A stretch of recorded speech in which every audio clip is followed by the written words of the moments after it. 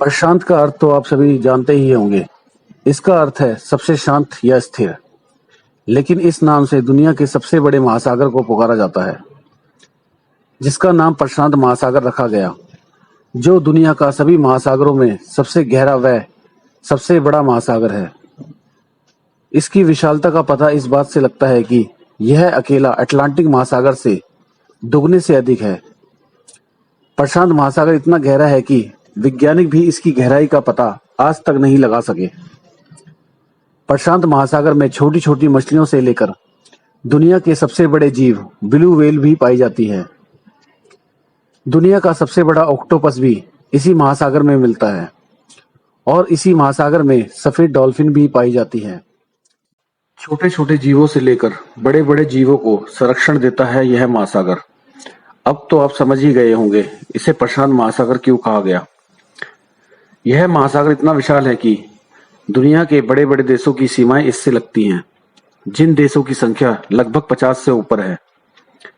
आपने महासागरों को सबसे अधिक बार नीले रंग में देखा होगा, लेकिन महासागरों का रंग असल में प्रकृति के अलग अलग कारणों से प्रभावित होता है। महासागर सिर्फ समुद्री जीवों के लिए ही नहीं, बल्कि हमारे जीवन के लिए भी बहुत बड़ी भूमिका निभाते हैं। महासागरों के कारण ही दुनिया का इकोसिस्टम बना हुआ है। हमें मालूम है कि पेड़ों से हमें ऑक्सीजन मिलती है, लेकिन आपको यह जानकर आश्चर्य होगा कि दुनिया में लगभग 50% ऑक्सीजन सिर्फ महासागर बनाते हैं।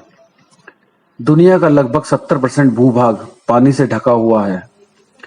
दुनिया का सबसे बड़ा और सबसे गहरा महासागर होने के कारण माना गया है कि सबसे ज्यादा रहस्य भी इसी महासागर में छुपे हुए हैं।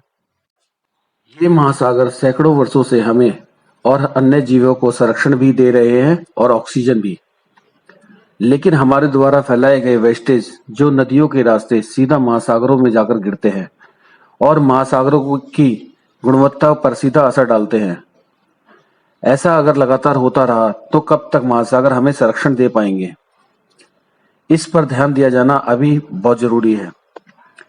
हमारे द्वारा गिराया गया कूड़ा सिर्फ नदियों और महासागरों को नुकसान नहीं पहुंचाता, बल्कि उनमें रह रहे प्रत्येक जीवों के जीवन को नुकसान पहुंचाने का कारण बनता है। अगर आप यात्रा करते समय नमकीन बिस्किट कुछ खाते हैं तो उसके रैपर को बैग या अपनी जेब में रखिए और घर में जाकर उसे कूड़ेदान में डालिए। आपके इस छोटे से योगदान से प्रकृति को बहुत बड़ा फायदा मिलेगा। आज फिर एक सवाल अपने आप से, क्या हम नदी और महासागरों को बचाने के लिए अपने इस छोटे से योगदान को निभाएंगे?